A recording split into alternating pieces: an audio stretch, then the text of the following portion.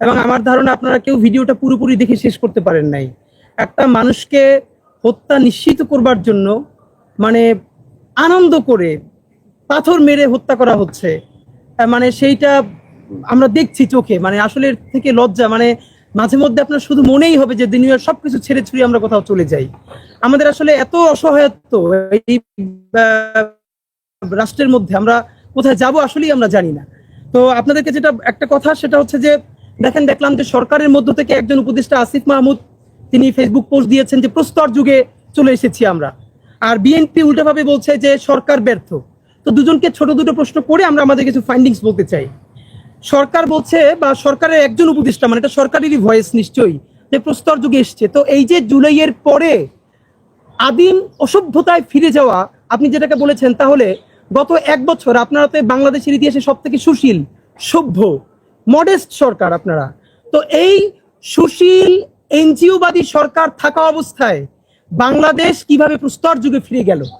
এই প্রস্তর যুগে যাতে ফিরে যেতে না পারে, এই জন্য গত 1 বছর আপনারা কি ছিঁড়েছেন? এই ছেঁড়া জিনিসটার নাম বলেন। পুলিশে কয়জন নতুন পুলিশ নিয়োগ দিয়েছেন? একটা শুধু কনস্টেবল নিয়োগ হয়েছে ছোট করে। অথচ এই রাষ্ট্র পুনর্গঠনের জন্য সব থেকে বড় আমাদের দরকার ছিল পুলিশ। 1000বার বলেছি আপনারা কমপক্ষে 50,000 পুলিশ নিয়োগ করেন। এই 50,000 পুলিশ যদি 1 টাকা ঘুষ না দিয়ে চাকরি নিতে পারে, তাহলে তার কোনো দায় নাই যে ঘুষ খেয়ে তারপরে সেই যেই টাকা দিয়ে চাকরি নিছে সেই টাকা ফেরত দিতে হবে। আপনি 50,000 তো দূরের কথা, আপনি কয়জন পুলিশ নিয়োগ দিচ্ছেন? আপনি নিয়োগ দিতে পারেন নাই।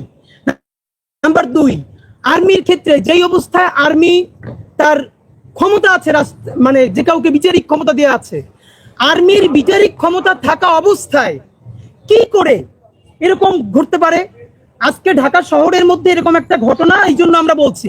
আপনারা কি জানেন বাংলাদেশের প্রত্যেকটা ইউনিয়নে, উপজেলায়, জেলায় এরকম প্রতি ঘটনা প্রতিদিন কত ঘটছে? ঢাকার সাংবাদিকতা আর উপজেলা, মফস্বল জেলার সাংবাদিকতা এক না।